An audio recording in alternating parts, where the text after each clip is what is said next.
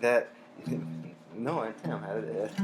Noah and Braxton had a theory about global No, I'm warming. going to use the arm hair thing. Oh, okay. I'm stealing your fact. Copyright infringement. We're on live TV. You know that, right? I mean, we are live. They hear you saying that you're stealing. They can't hear anything. I'm too far away from the mic. You're closer to the mic than I am. I'm gonna be honest with you. Okay, so if we're going, let me make sure. Good Lord, they always change the layout. Yeah, we still got 2 minutes before we really start, though.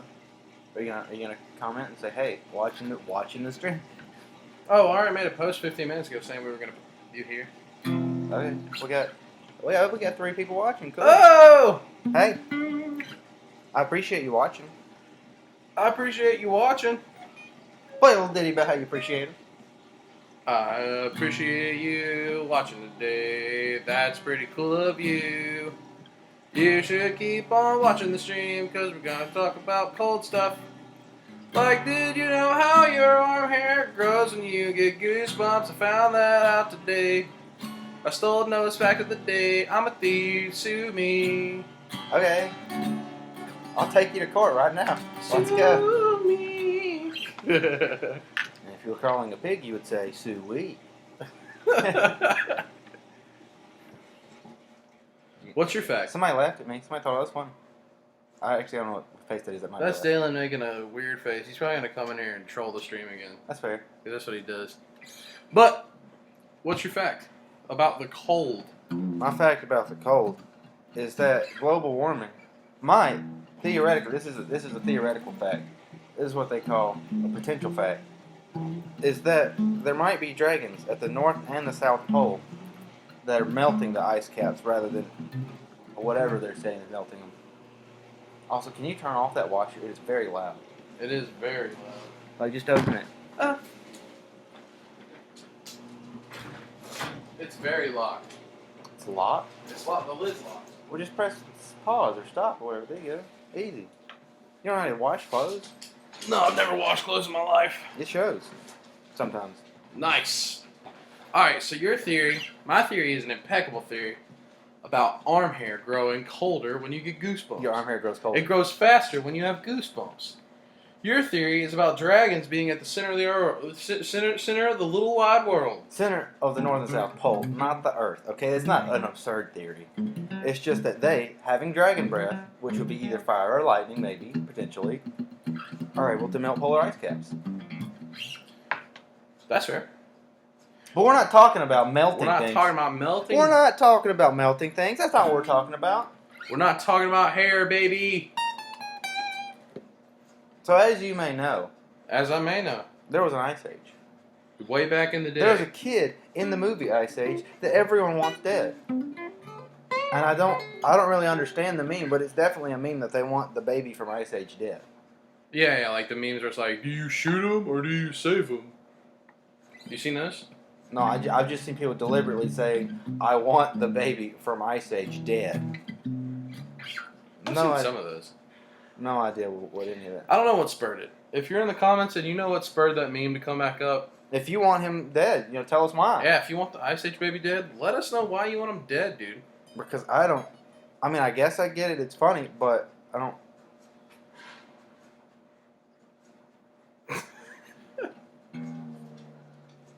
This is the Timothy Hopkins musical podcast. He wants that old school, that never too late, that. Now it sounds like actual music. Wait for it. It gets different. Wow. It did change. It did change right there at the end. All right, so let's start the apocalypse. Okay, so I feel like if we're if we're gonna start an apocalypse, we need a reason why. Like, what would be the spur? Because global warming is about. Well, global warming's tied into my theory. I want to know your theory. For why the world would freeze over. Yeah. Well. Yeah. Well. Yeah. I'm trying to think of a plausible reason why that would ever. Oh, you happen. want me to go first? I'll go first. Okay, you seem. So there was an ice age in the past, correct? Many days ago, like 3 weeks ago. Well, not that time you got trapped in the freezer. That wasn't an actual I ice would age. live in a freezer. Exactly. So, if theoretically an ice age occurred in the past, and it has to do with Earth's orbit, not necessarily its orbit, but its wiggle, because it's not a perfectly circular orbit. The sun's right here. The Earth doesn't go in a perfect circle. It goes in an elongated loop that changes every so many rotations. I'm just giving you background music. I'm perfectly Okay. listening to you, though. And so, theoretically, if in that rotation, or of the orbit that it has, there was an ice age, eventually we're going to get to where it's a lot hotter, aka global warming. And then we recede back into an ice age. It's just a matter of time. That's a fact.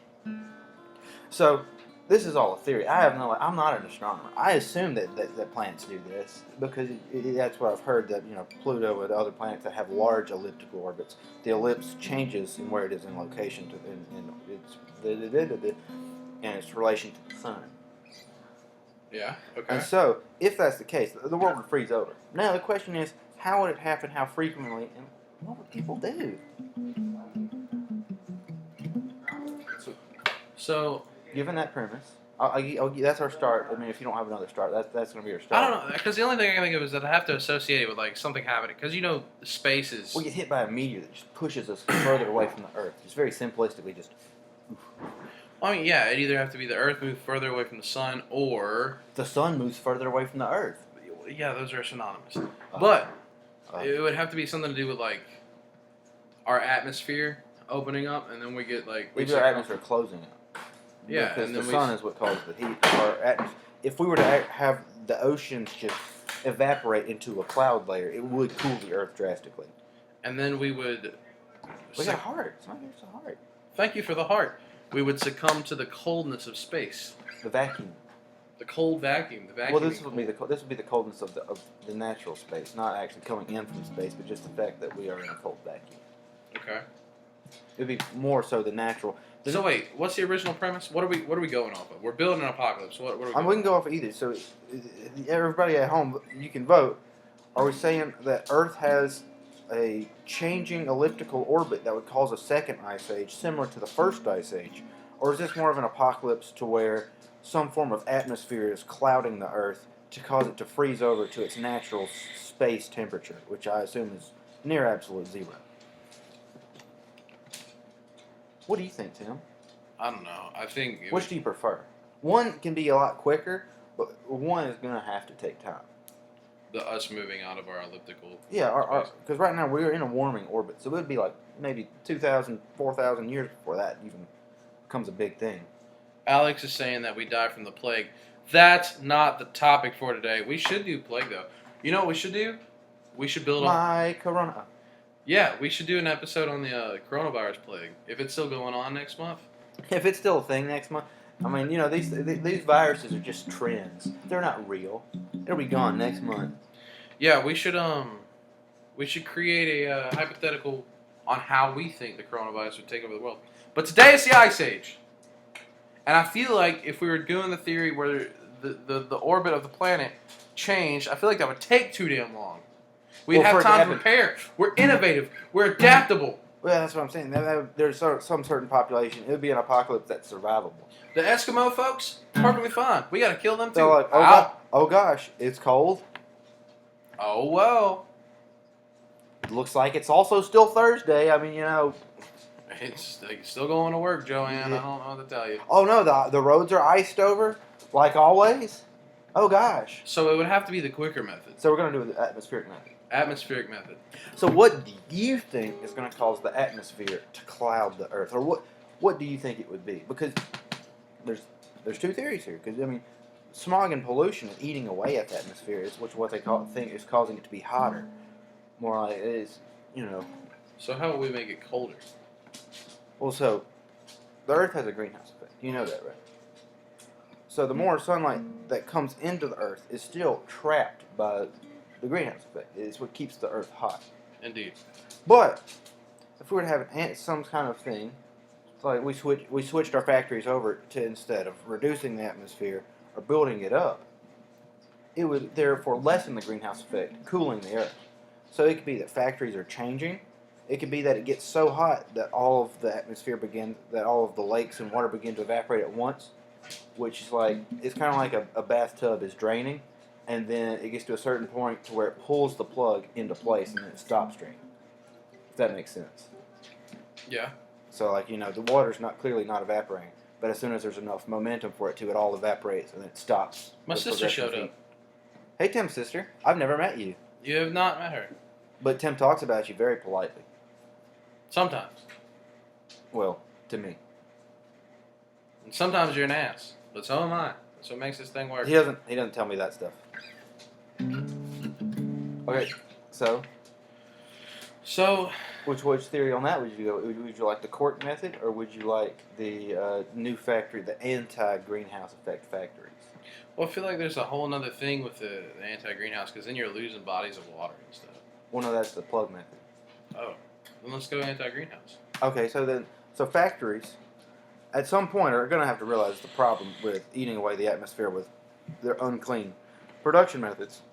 And so they have to switch it around, and it just so happens in this case, because there's a world of infinite possibilities, that this method actually lessens the greenhouse effect rather than increases it. So the world begins to cool. What do we do now that this is beginning? Because they've just spent millions of dollars switching to this new method. I feel like we would probably be lazy with our precautions in the beginning just because there's so many of us. Well, yeah, I mean, when it starts getting cold, they'll think that they fixed the problem. So it's going to be like, a good 5 years of them going, oh, we're doing it. This is really helping the world. And now, they've invested all this money in this new technology. And it's going too fast. And so... Too fast, too furious. Now it's getting unusually cold. Meteorologists are like, hey, guys, it's concerning how cold it is. I'm like, no. You're just not used to it because, we've had these greenhouse effects going from factories. You don't understand because there's no regulations against it. So what do we do then? What happens then? I've been told that I'm more of an ass than my sister is, which is not a shock. I disagree. Well, that's for the people at home to decide. We'll make a poll. Fair. Okay, so it is now beginning to get cool. What do you think people do as the temperature begins to descend? Well, give me a baseline. How cold is it on a day-to-day basis? And what season is it? Well, I mean, we're going to tackle all 4 seasons, but we're going to assume we're in a moderate climate. Where, you have a summer, you have a winter, you have a spring, and a fall. Each one is very distinct and defined. Because everybody in every other scenario are also going to be affected. But, why not have the scenario where every season's affected, Yeah, I'm just saying in this current, it's going on today. Yeah. So, we're going to assume that winter is now the temperature of summer. Okay. So, whatever the coldest time of the year is going to be our hottest time of the year, and then it's going to recede down from there. So, winter is not twice as cold. Okay. So, say it was, 90 degrees in the summer, but it's 60 degrees coldest in the winter. Now it's 60 degrees is our hottest temperature, and 30 degrees is our now summer, or 60 degrees is our summer temperature, 30 degrees is our winter. Okay, which would make us like the new, let's say like Maryland. Yeah, we're near Canada area, We have summers, we have winters. They're defined. Yeah. But they're a lot colder than we're used to. And now, you could say that like Mexico and all those equator central countries are now having a more similar temperature to what we would have. Okay. Let me put this away so Okay. I can really hard line into this topic. So that you can really just focus. Instead of playing some sweet riffs. You can riff with me rather than riff with your guitar. Okay, so Mississippi is now Canada. Yes. Okay. And we're in year 5 of them having this. Okay. So I think within that time we would acclimate. Because people in Canada live in Canada every day. Yeah, I mean people here visit Canada during the summer and winter, and they're not too terribly. In fact, you're not going to die from visiting Canada, I don't think. It's a very friendly place. I mean, you'd freeze your ass off, but you'd be okay. The rest of you's fine. Yeah. Your legs, So, arms. You think that? What do you think the company's going to take action by this point? I mean, they'd probably start working on the grand scheme of it, but I feel like the day-to-day lives would just be go get a heater, go get extra blankets. Oh, so you think that they're just going to shrug it off? Well, it's just getting colder. It's part of the atmosphere. I mean, it could be like, the whole global warming theory. It's like, oh, well, it's getting colder. It's not. It doesn't have to do with the factories. It's Yeah, something well, else. if you view it for face value, the government is a very selfish entity. Mm-hmm. They need us. Yes. However, they do not give a shit about us. Oh, it's not. They need people. It doesn't matter who it is. Exactly. So us as individuals on an individual level, it doesn't matter if 10-year-old Jimmy is freezing. That doesn't matter. He can't vote yet. Screw him. I mean, he can't vote, but every 4 years, either way. So I think on a Even if he individual to individual level, do what you got to do, fix yourself. Mm-hmm.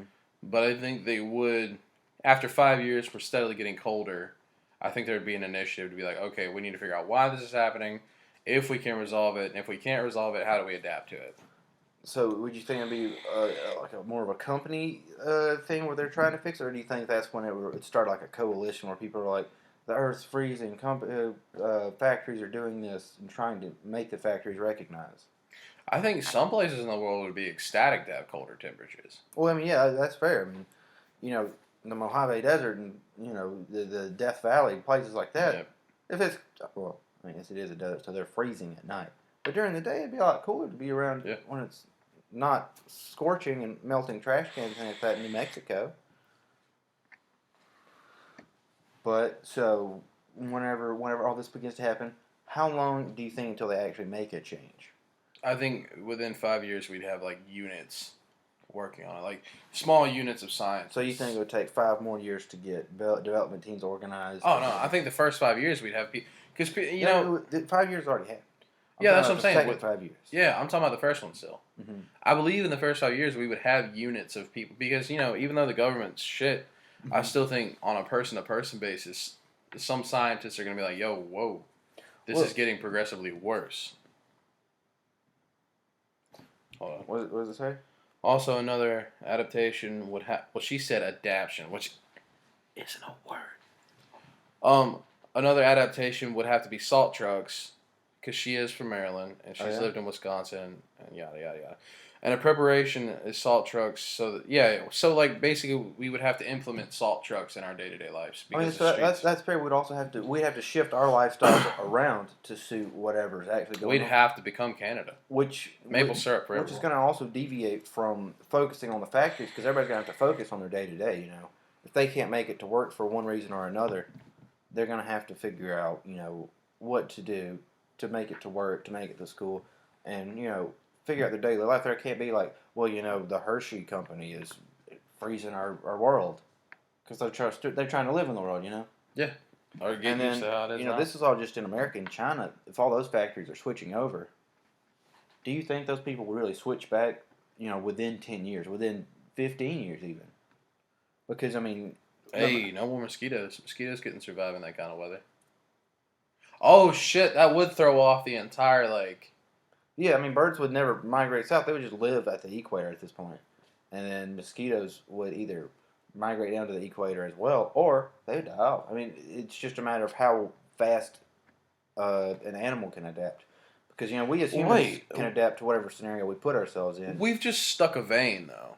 Because, if species start... Because the colder it is, the less insects are going to move around. Yes. If they're not moving around, they're dying. Because the point of an insect, mostly... Unless you're an insect fan, it's for them to repopulate. They make babies and then they die. That's their purpose in the. That's why flies have such a short shelf life. That's their purpose in the freaking thing of the circle of life. The great chain of being. The great chain of being, and if they start dying, then the chain of command is gonna start going down. So birds are gonna start dying. That covers for all cold-blooded creatures because insects won't be able to repopulate as well because they're trying to put energy towards survival. And then on top of that, less insects means cold-blooded reptiles that eat, insects won't have as much to eat. Also, they're cold-blooded, and the temperature change is going to drive them further south if they can even, make it further south. And then bees, Alex has got a good point. Bees are already endangered. Yeah, but I mean, if it's freezing cold, they don't migrate. Mm-hmm. So they would just die. I mean, they're intelligent because they know what their job is, but as a species, they're not intelligent. They would just freeze to death. That's their quota there. So I mean, I guess the bottom line is at our 5-year mark where we're saying that they even could make changes. It's a lot worse than we think. Because Yeah, at face value, it seems like everybody's discomforted by the cold. But also, I mean, at this point, our crops are ruined for America. We're having to outsource yeah. to further south for a lot of our foods. You'd have to import almost everything. We would lose our status for a lot of things because America's a big exporter of crops, importer of a lot of different other things. China and India, their countries are going to face climate changes. Their farms, their factories are going to suffer. People are. I mean, it's probably going to come down to a political thing because people are going to want things from other countries, and if they don't get it in a time of crisis, it's going to come to action. And then once again, like every single time, people are going to be looking to America because we signed up to be the world police. Yeah, and then I mean, when that many trades are breaking down, it doesn't matter how good of a negotiator the president or whoever that's heading all this up is. There's going to be big issues. This could start wars, Yeah, that's especially if India's saying that China's got the factories that are causing this, or Russia's saying that it's America's factories that are causing it. Because I mean, the fact is, if everyone switches over to this new type, or everyone is trying to switch to this new type, then everyone is causing it. So now everyone is going to be incriminated. yeah. Borders are either going to close or they're going to open ultimately, which is just as problematic because then you've got finger pointing. I mean, So and if there's nobody to negotiate all that out, I mean, there's going to be wars, and there's going to be cold wars, and that means we'll have an actual cold war yeah, we'll have a real life Cold War. rather I don't than know that much. spending crisis. With that much political strain, there's not going to be enough room for like the government itself to deal with the people. Yeah, so like I mean, initially at face value, I was really thinking the apocalypse starts from the cold, but it seems more likely that the apocalypse starts from people not being able to deal with the changes fast enough. Because I mean, there's so much bureaucracy and diplomacy that falls through whenever there's a big temperature shift. Well, we know this as far as it pertains to America, the people in poverty are going to die first. Mm-hmm. But the counter action to that is the lower and lower middle class isn't just going to die out. Like if they're going to start going out as soon as we realize as a people they're letting us die, Mm-hmm. hell's going to break loose. Yeah, so then we get divisions of countries themselves, and then poorer countries are already dying out. So then what happens? They just completely die out. They have limited resources, very limited crops, very limited water supply. If the water freezes and the crops die, they have nothing. I mean, they're done. Oh, my Uncle Michael's watching. Hey, Uncle Mike. Hey, Uncle Mike. I don't know you, but Really cool guy. oh, I'm glad you're watching either way. He's the MVP uncle, hands down. I mean, that's fair. I don't know how you stack up to my uncles, but if Tim says so, He stacks up high, that's good. for sure. I'm proud of you, Uncle Mike. You're doing a good job. So, so this is a big political and global crisis rather than actually just a matter of cold. I mean, we can feasibly combat the cold.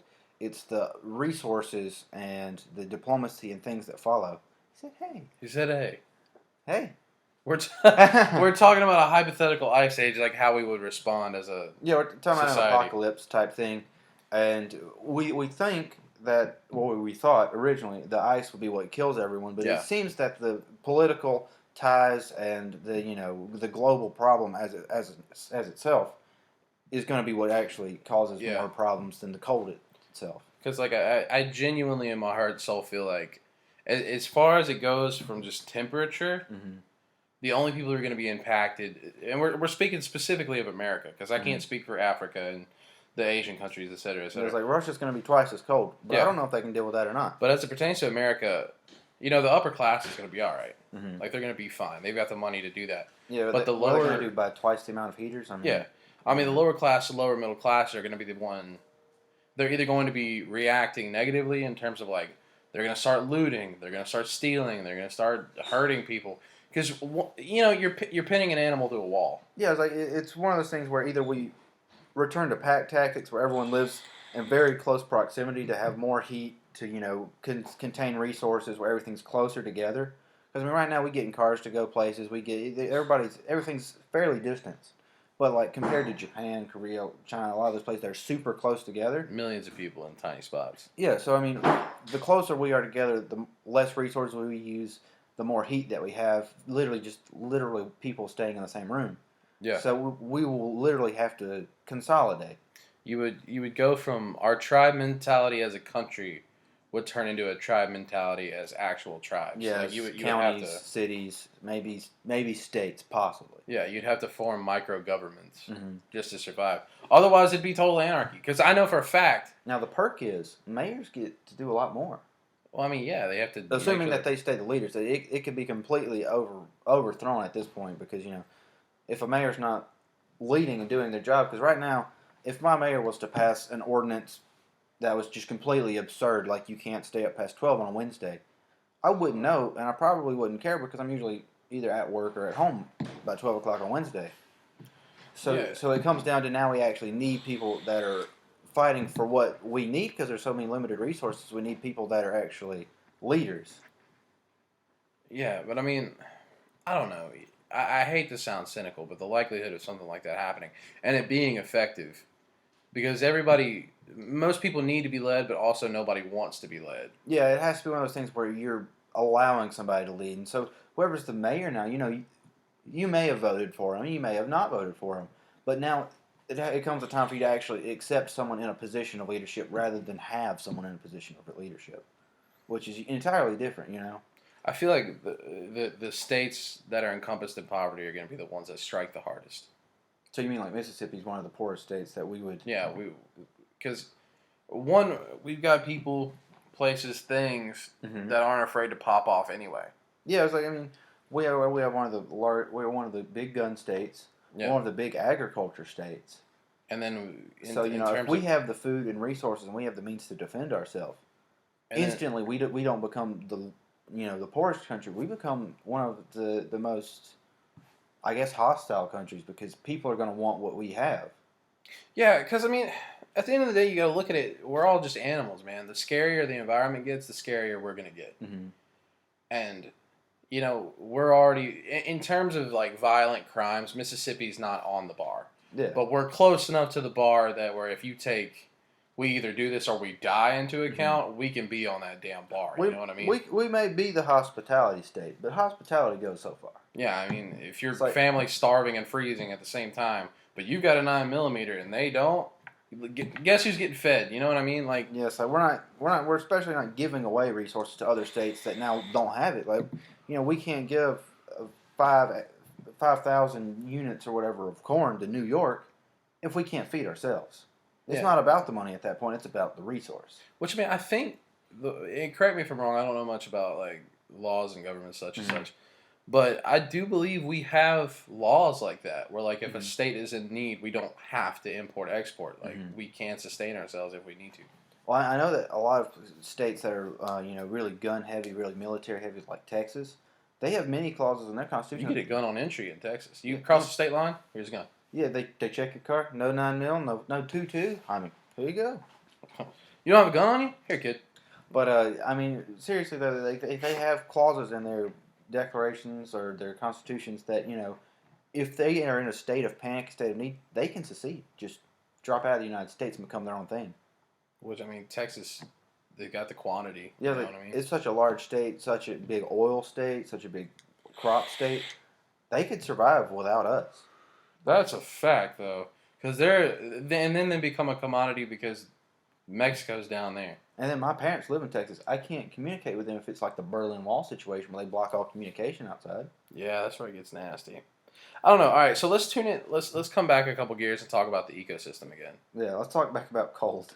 Yeah, let's bring it back to the essence of the conversation, which is freezing cold temperatures. Let's go 5 years more into the future. So we're doubled down as again. as we're continuing forward. It's important to note that I may have a specialization in biology. I may have taken classes on botany. Don't take this to the bank. This is just me spitting theoretically. Everything I'm saying is speculation. Yeah, so. that our pine trees are gonna survive, and they're able to survive in winter. Yeah. But like our more semi-season trees, like apple trees and things like that only produce in a certain part of the year. Mississippi would look like a damn horror movie. Yeah, there'd be so many dead trees and dead life. I mean, the whole north, they would start dying off as well. But like I guess California with all its pine sequoias and things like that. I mean, or red trees. Isn't that what they're called? Yeah, red sequoias. Yeah, redwoods. Yeah, they would still survive because they're a type of pine tree. Old wood pines. I mean, there's a lot of trees that would survive. The only problem is they don't bear fruit. a lot of trees that don't bear fruit can survive better in the winter because they don't have to put that energy towards a succulent. They put their energy towards a dry seed that can last through the winter and sprout when it gets warmer again. Which that only elevates the issue of animal migration and animal survivability. Yeah, so I mean, now things that eat leaves or, something similar to leaves, like deer and stuff, they might survive if they can stand the cold. But things that eat live animals are going to have a lot more trouble because they have to find ones that A, have survived, B, have adapted to the cold and can reproduce to have more, and then C, they have to have a habitat for themselves. They have to be able to survive. Yeah, and then there's the topic to consider that once shit starts getting cold, your reptiles are going to start hibernating, Well, that's what I'm and saying. a They're lot of going your to large just mammals. completely die out if they can't regulate to a hot enough temperature to wake up. Yeah, a lot of your mammals are going to start hibernating as And sure, well. you won't have to worry about snakes, which I'm fine for. I don't really care that much for snakes. But I mean, it gives you the coronavirus to eat snakes, maybe. Yeah. But there's a lot of reptiles that we kind of need. Like, I mean, people in Louisiana, places like that, eat alligator. They eat. Alligator's good. Yeah, it's good.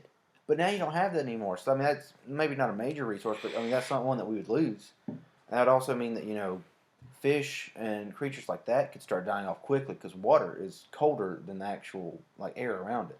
Yeah, it becomes a thing of like nobody's monitoring the ecosystem. So like things that you need you don't have anymore, Yeah, and it's like then things you don't you want. can put heaters in your house. You can't put heaters all the way down the Mississippi River. Yeah, so like the things you want you don't have, and the things you don't want are probably what's being overpopulated now because there's nothing to do maintenance.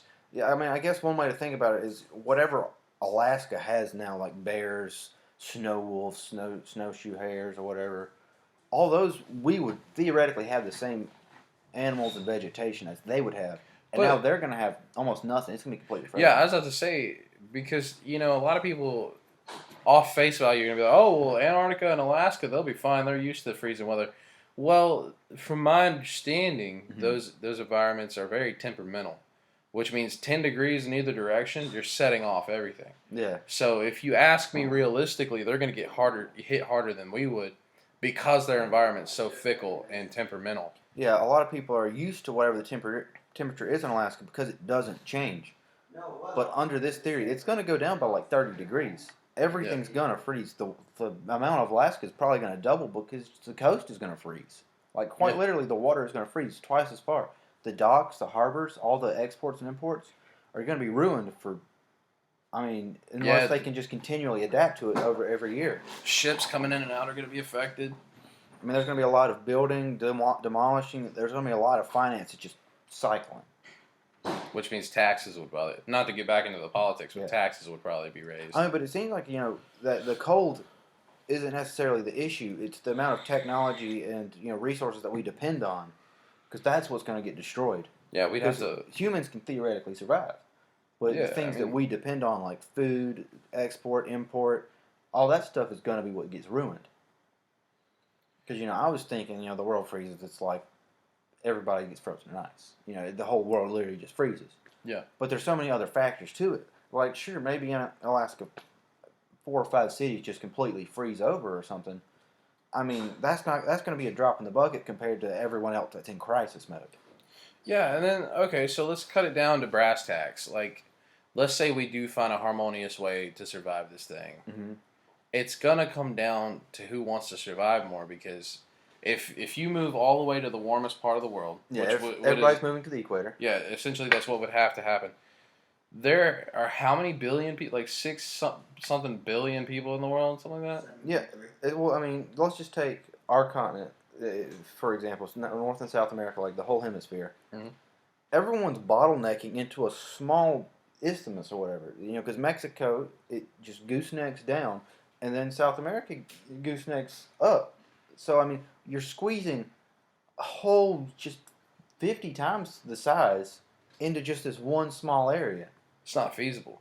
Like that's where the violence begins. That's where civil wars begin. It's like if we were to say that the tip of Mexico is still survivable, like that, say that's Alaska, we would have more land space for ice, but not everybody is acclimated to living in such a cold climate, and so everybody's going to want to live right at the middle, and so And then the people who don't, I mean, that's going to be Yeah. another upper class thing. The upper class, they can afford to, Yeah, that's priority because they're not only going to get there first, they're going to get the best spots. yeah, Which makes them priority number they're one. going to buy all the property. I mean, even if it means nothing to buy all the property because the governments are shutting down and all that, they're going to have something that makes them claim ownership. Yeah, land And becomes a commodity. Then the second thing they're going to do is defend it.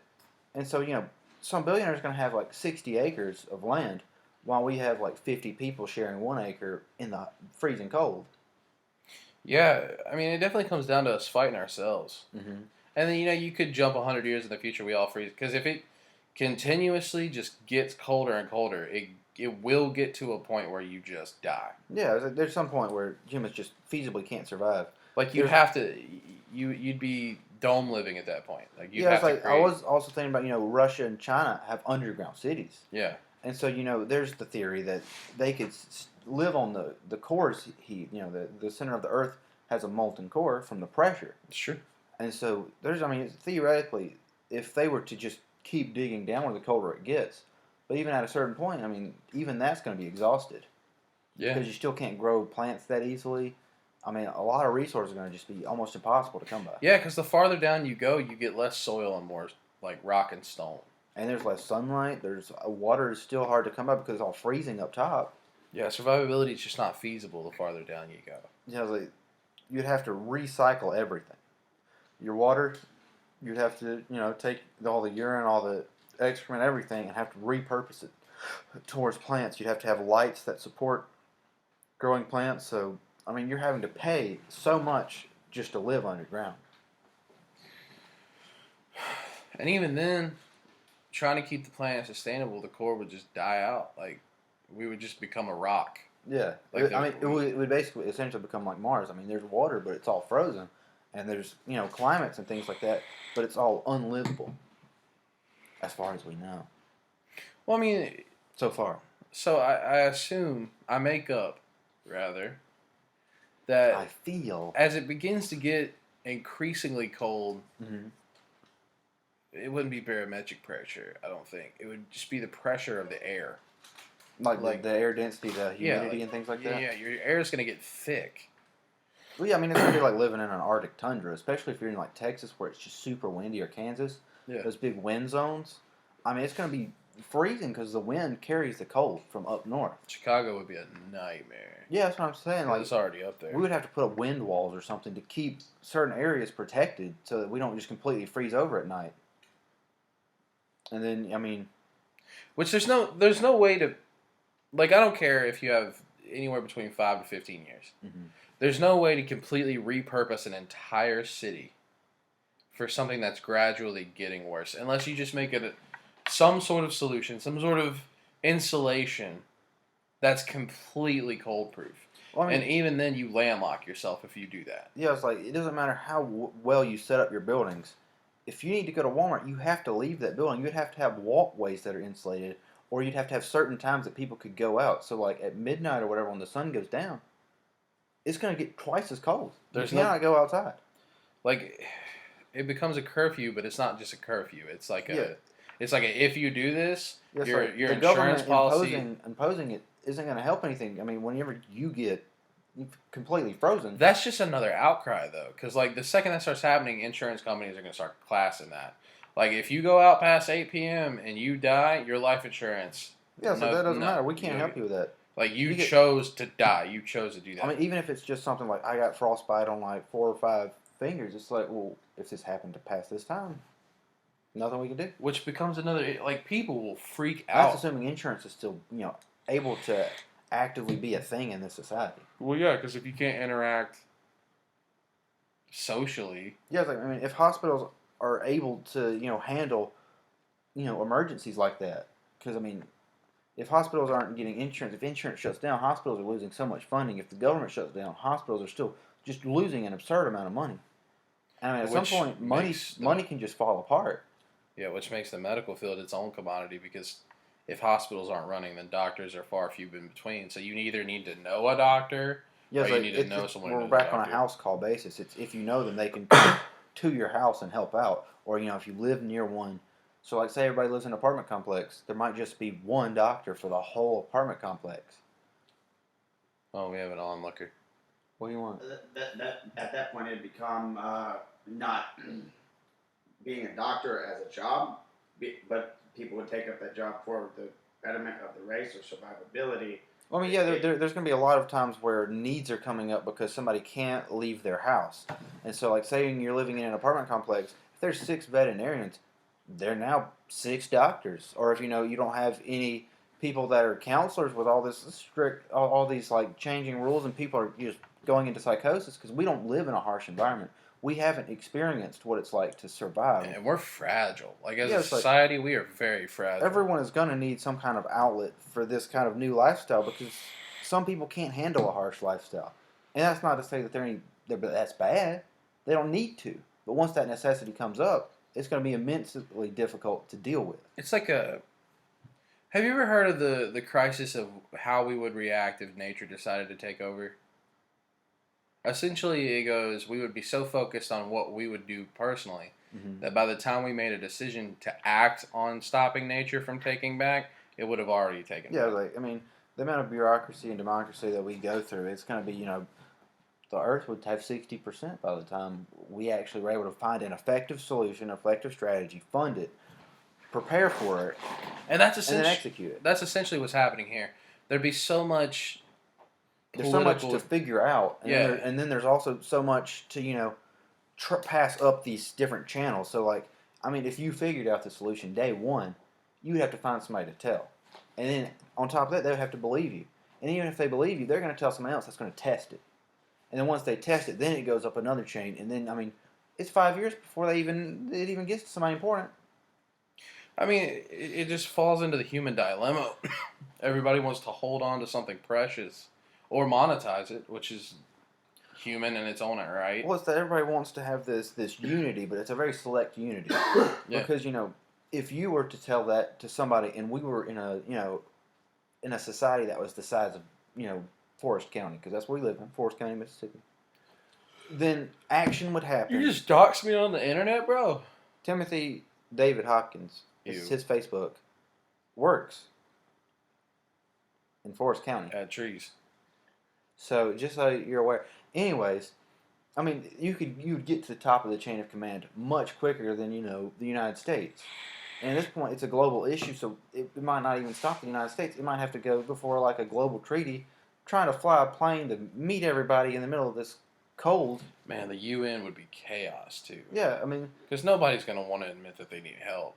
Yeah, I mean, everybody's going to have their own unique solution, and they're going to try to fight for whose solution is the most unique and effective. Yeah, then you go down the line. Or you have people breaking that truce and people going down their own line instead of going by the order. Yeah, and even if it is the most effective solution, it could be the first one that gets shot down because, I mean, they don't know what's going to fix it. Because you could say that, well, shutting down these factories is going to be the first thing that fixes it. Well, then we lose all our resources again.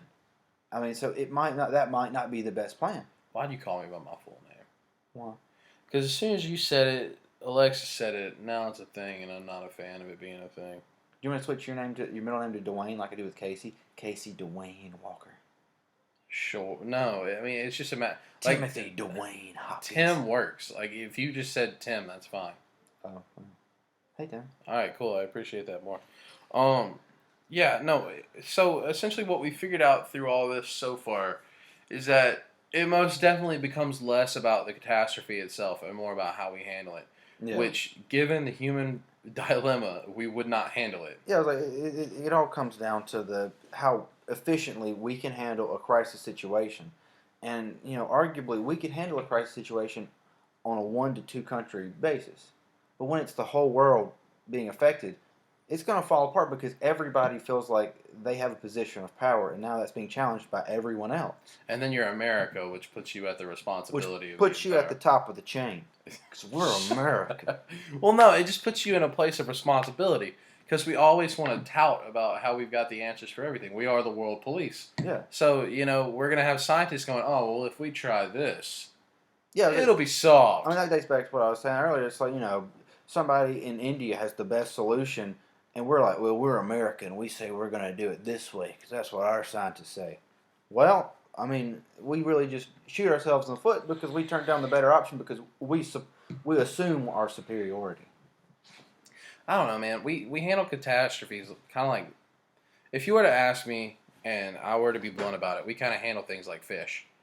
Like the first thought that pops up, all right, try that, and then while we're trying that, we'll actually think of a real answer. Like China with the coronavirus, first thing they did, all right, we need to encapsulate this.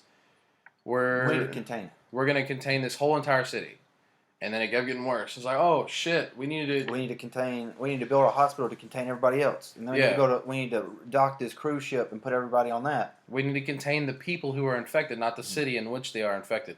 Okay, well then we're gonna take this 20,000-mile radius that we've put a barrier on and encapsulate it into now 200 acres of a building. Yeah. Okay, well now you've done that. That's fine. But while you were screwing around with that, now you have cases everywhere. And I mean, on top of that, you're trying to watch after a whole city of people. Who's the guardians of this? Because now they're exposed, or they're people that were already exposed, and then 1 to 2 people slip out of quarantine, then that's 1 to 2 big hazards because then it can spread so quickly. But let's not talk about the coronavirus. Yeah, that's the next apocalypse. We'll do a bio-apocalypse. Right now, it's about the freezing. We'll do a The real apocalypse. The freezing. But I mean, so what do you think personally? We're getting to the point in the show where we decide. Yeah. What is the percentage that somebody actually survives this ice age? So this is like, You know, let's say this is like 100 years after outbreak. There's no survivability left anywhere except for like right on the equator. Right? Okay. So like, what's the percentage of the population you think will survive? What's the percentage that you think that anyone will survive? Well, I think at some given point, everyone's going to die. Oh, well, yeah, I mean, that's just nature. Well, no. I mean, like, I If believe... it continues to freeze. Yeah, I believe if it continues to get colder and colder and colder... Let's say that it continues to a point to where, scientifically speaking, a human can still survive without dying from cold. That's not to account for trees. That's not to account for animals. That's not to account for any other living thing other than human beings. So you're in the negatives, but you're not deep into the negatives. Yeah, so I mean, let's say the whole world is at least as cold as Antarctica. Because people live there. So this is survivable under circumstances. Yeah, it's survivable under preparation. I believe the people with the thickest... Or awareness, I guess. Man, damn, because we're thinking about the entire world here. Well, I mean, we're mostly thinking about the equator. I mean, if the equator is at this temperature, a lot of the rest of the Earth is cold. Yeah, but it's also uninhabitable. Yeah. So, like, you're drawn completely to the equator, which... It's mostly water. Yeah, as I say, cut and dry is not livable. It's like there's islands, there's 2 or 3 isthmuses. I mean, there's on the other hemisphere. We're on the western hemisphere. You know on the what? eastern hemisphere, there is this big stretch of land. You know That's what? very select. We'd start killing ourselves because the amount of land mass... I mean, unless we started growing food and livestock on, like, ships, like cargo ships. Yeah, that is a major thing that I was thinking about. Is the eastern hemisphere might be doing okay if they are able to grow things. Yeah. But we need temperature domes of some sort. We need things that enhance the greenhouse effect enough to where plants will grow, which is not unfeasible, but it is going to limit how many people are alive. Dude, I think it would come down to the skin on teeth, man. Like, I'm talking like we would go from billions of people to like small millions of people. I mean, but this is a global. This is global scale. But I mean, there's just no survivability because there's so many things you have to take into account. You have to take into account plants. You need plants not only for food. You need plants for sustainability of oxygen. I mean, for medication. There's so many applications. Jordan, what's up, dude? Hey, Jordan.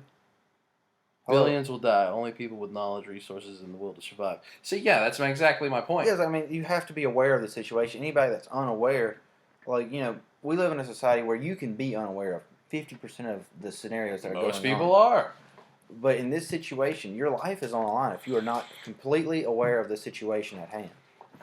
I mean, and then you've got, like, the will to survive. The will to survive is a strong thing to me because it comes down to a psychological thing as well. And also, a lot of people are going to collapse under that kind of pressure. Yeah, it's also a very temporal thing. I mean, at any moment, you could be at 100% willing to live. Something happens, it drops to zero. Yeah, Like- psyche and morale are very relevant. Because I mean, the people around you, if your loved ones are starting to die, I mean, then you collapse. Shane says cavemen did it, bro. Yeah, in a sense, you're right. They were walking around naked or wearing minimal, and it was close to freezing. But we're talking about. We aren't those people. We have evolved since then. We have Yeah. changed and adapted. We've evolved and devolved at the same time. Mhm. And plus, we're not talking about like sustainable cold. We're talking about if you go outside and you don't have full-fledged Arctic gear, you will die. I mean, we might regress to living like cavemen, but we would be wearing walrus skins. We would be yeah, wearing, dude, like that's another thing. Well, I mean, I guess you could place an electrical grid in the freezing, but like it's metal, like it'll freeze over. How are you going to sustain an electrical current if you know what I mean? Mm-hmm. Like you would have to make the grid before it got too cold to sustain itself, and then make it warm itself. Like it'd have to be a sustainable electric grid that could also sustain a place, like an environment. That's too, like we could do it. Obviously, we have the intelligence. Well, I mean, to do it. in America, it is a big thing for us to put our power grids and stuff up higher. That's why we have power lines and things like that. In China, all of their power systems, all of that is underground. Japan shares 2 power grids amongst the whole country. Yeah, and so whenever the whole ground freezes over, because they have tsunamis and things periodically, they live if they live on cement sidewalks, because it's a very populated country, 3 to 4 years later, it's like this far of ice. Anything breaks, it's broken. You can't dig back down there and fix it all up just like they would now. Yeah, Alexa's on the same page. Cavemen also knew how to scavenge and make fire and had the knowledge to survive in the wilderness. It's 2020 and we're learning about the phases of homeostasis instead of surviving this apocalypse. Yes, that's kind of what we're getting at. We're not.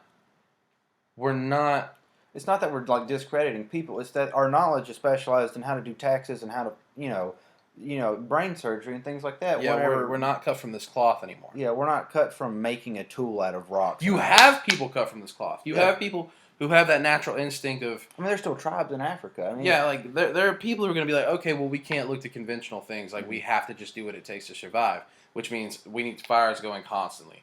We need to keep all the ice down within this parameter. Like there are certain people who are going to know to survive. Mhm. But like I said earlier, man, we as a society, especially America, Mhm. are very sensitive. Like we're very reliant and delicate, and that's where a lot of this issue comes from. That's why I feel like we're gonna track down to the thousands very easily, because it seems like the leader is gonna have to be somebody from a more primitive society, and we don't want that. Yeah, my dad's here, and he's saying the same thing my Uncle Michael was saying. It comes down. I mean, it comes down to nuts, man. Like you got to learn to survive. Like which means if there is an ecosystem that has sustainable food, learn to hunt it, learn to fish it. And that's like no billionaire is gonna be able to just pay for that kind of experience. But the people that live in Africa that did that every day, or the people that live in South America in these tribes, they're going to be the most apt to hunt, to kill. So what I'm learning now, there's no way to sustain a modern lifestyle in this world. Like you have to revert. Yeah. You have to. I see you looking at me funny. You literally, unless we are going into 2046 and you have future technology and flying cars, you would have to revert. Because the only thing that is immediately important is it is literally getting colder constantly. I have to survive. Yeah, it's like the main issue is that with the technology we have today, it's all built for a certain thing. I mean, our iPhones and things like that cannot actually run in a cold enough temperature. It will shut down. Yeah, it's lithium ion. Like it has to have some form of heat. We have to start over from scratch with our technologies at a certain extent. I mean, we might be living like Mormon times Amish.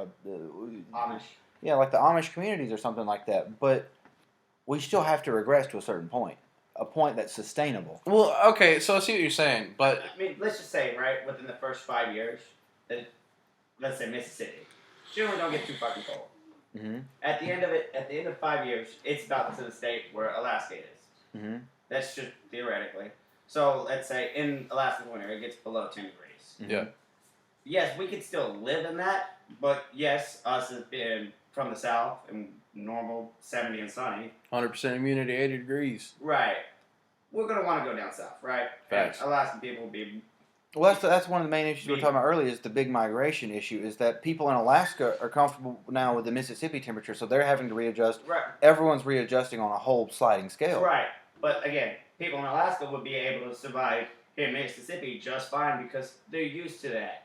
They don't have to go where everybody else at. The more farther north you are, the colder it gets, the more they are used to Yeah, it. yeah. Just like my buddies in Alaska that I talk to every day.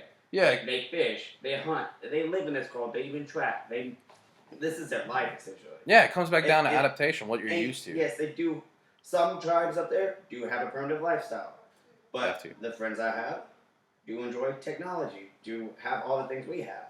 Yeah, well, I mean, obviously you would have. It's not about the enjoyment of it. It's about the workability of it. What's the functionality? Right. You know, I would love to have a fish finder while I'm fishing in Alaska, but if it's not supported by this newfound coldness, because we're not saying it's as cold as Alaska, we're saying that it gets as cold as Alaska, but then it keeps going. Right. And so at a certain point, the circuit board freezes over. The batteries are no longer operable because the electrons cannot get warm enough to travel from one diode to the other.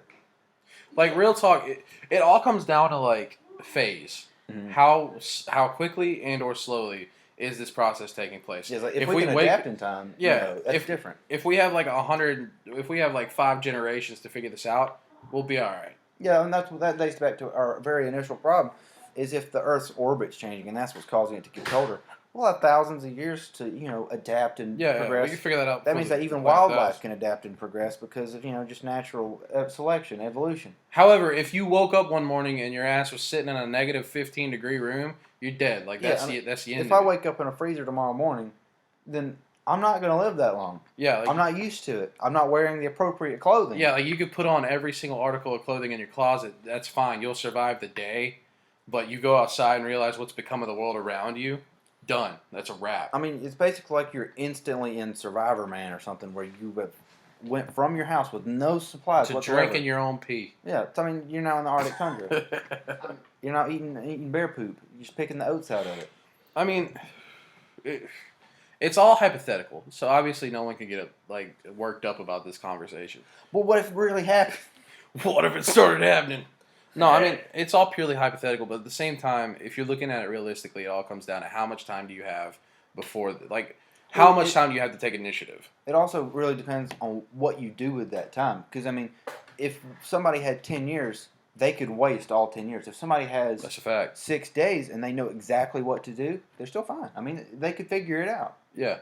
I think with the whole government Mhm. part of this, the government section of this conversation, I think with government included, it would take more than 20 years. Yeah, that's one of those things. Because it's going to take over half that time for the government to figure their shit out.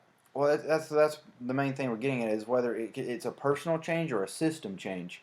Within 6 days, I could make personal changes that would allow me to adapt. I could figure out where I could get a suit to survive the cold. I could figure out where I could get a weapon to hunt with. But for the whole system to change to where laws allow somebody to walk around with a machete or something like that Yeah. to hunt because that's a part of our new lifestyle, that's going to take more than a day. In 6 days, there's no bill going to get passed. Yeah, I mean, licensing has to happen. Because, I mean, you could go to, the art of, okay, well, cops ain't a thing no more. I got to survive. But if the government says otherwise, you have to abide by government guidelines. Otherwise, you go out with your If they fishing say, line and your crossbow and get shot. There's two possibilities there. Yes, we could keep our same government, or we would have our government all the way up until the fallout, or whatever you want to call it, until it actually happens, and then after that phase, Maximum payload. they I believe it'd be a full dissension. We'd go from yeah, world government, continental government, countries of government, and then we go to state governments I until think we just went to full tribe class. If we have world government, it's going to be 1, maybe 2 days. And then, as soon as it gets too cold, well, I mean, depending on the temperature, it's going to go down quick. And then, the smaller we get, the longer it'll last. But we're going to have local, local is going to be the only thing that sustains us. Because it's within walking distance, it's day-to-day changes. I'll tell you this, buddy. Russia would die. Well, I mean, they're going to completely freeze. No, I'll tell you the reason they'll die. There's way too much homeland pride in Russia. Hey, they're not going to leave Russia. Freaking die. Yeah, they'll just freeze to death. I mean, whenever the world reheats in thousands of years or something like that, there'll just be a museum of what Russia was like. They'll Yeah. still be living in their house, just eating some borscht or something. I and think then, that's where our you know, fragility comes into play in a good way. I mean, I get in America there is a whole generation. I would say the previous generation is similar. You know, they fought World War II, or they were the survivors of World War II. They have pride in America, and that's good to have. But your patriotism can only go so far if you can still be an American without living in America. And that's going to be a big issue, is living in America. Yeah, I mean, if it's uninhabitable, what do you call it? It just becomes a landmass. Yeah, it's kind of like Chernobyl. So people lived there for hundreds of years, but if you can't live there, Is it? you shouldn't do it. I was say, is it praisable if it's just land? Yeah, if You know it's what I just mean? being foolhardy, you know. Yeah, I don't know, man. Like I said, Yeah, just like, a minute this ago. is a much more complex issue than I initially thought. I thought it was Yeah, going to be super simple. When we were talking about the zombies and the damn robot takeover, way more simple. We built a robot. We built a hypothetical. This one kind of went into layers because there's a lot to consider from like a political Yeah, it's like standpoint. the robot could communicate and adapt with the government, so Yeah. the government didn't have to make those swift changes. And with zombies, it's taking over everywhere. Everything goes into crisis, but everyone understands that the zombie problem exists. Yeah, but this is a natural entity, Yeah, so it doesn't really answer to anything. Yeah, everyone has to point fingers at who might have caused it. Whereas with zombies, I mean, you're trying to deal with it first. You deal with it, then you Yeah. can figure out where it came from. I think, okay, so when we were doing the robot episode, I brought up a lot that if we could put a face on something, there's terror behind that. But I feel like there's no respect for the instance of the conversation. Let's call it Mother Nature. Mm-hmm. There's no Let's call it Captain Cold. Yeah, there's no fear for Mother Nature because there's no face. Like it's an entity, but isn't an entity. You know what I mean? Yeah, you can't. It's hard to be scared of temperature. Like until it hits. the weatherman changes his damn mind 7 times in an episode. So can you respect the weather? Yeah, I mean, it's something that we're so unsure about because, I mean, a lot of meteorology even is speculation. I mean, they base what the temperature tomorrow is going to be on based off the past 40 years of evidence of what the temperature was on that day. Because there's so many factors of wind, humidity, temperature, precipitation. Participation. Yeah, participation. I mean, but it's just one of those things that it's so difficult for us to pinpoint. Yeah, you can't really hyperanalyze. Whereas with a zombie, it's an entity. You can look at it and see it. It's got a face. There's physiological responses. Like there are things that I mean, happen. a robot, you can look at it, you can see it once it becomes physical. There's a computer that exists. There has to be some physical aspect. But with nature, there's not always a physical aspect like that. But the way I see it, as of now, we've hit a standstill. There's no telling of what would actually happen. Very low chance of survivability. A lot of people struggling. Keep close. But yeah, Warm me up. I don't know. I feel like if I had known this was going to be such a topic, I would have planned more time. Yeah, I was like, I mean, we could set aside a whole nother hour to just talk about different aspects of evolution and how animals are going to survive. Because we've talked about a lot about the political realm of what's going on. But then there's so many other things that, I mean, if we had some more time to research and look into, we'd figure out what animals could survive, which ones are going to immediately die.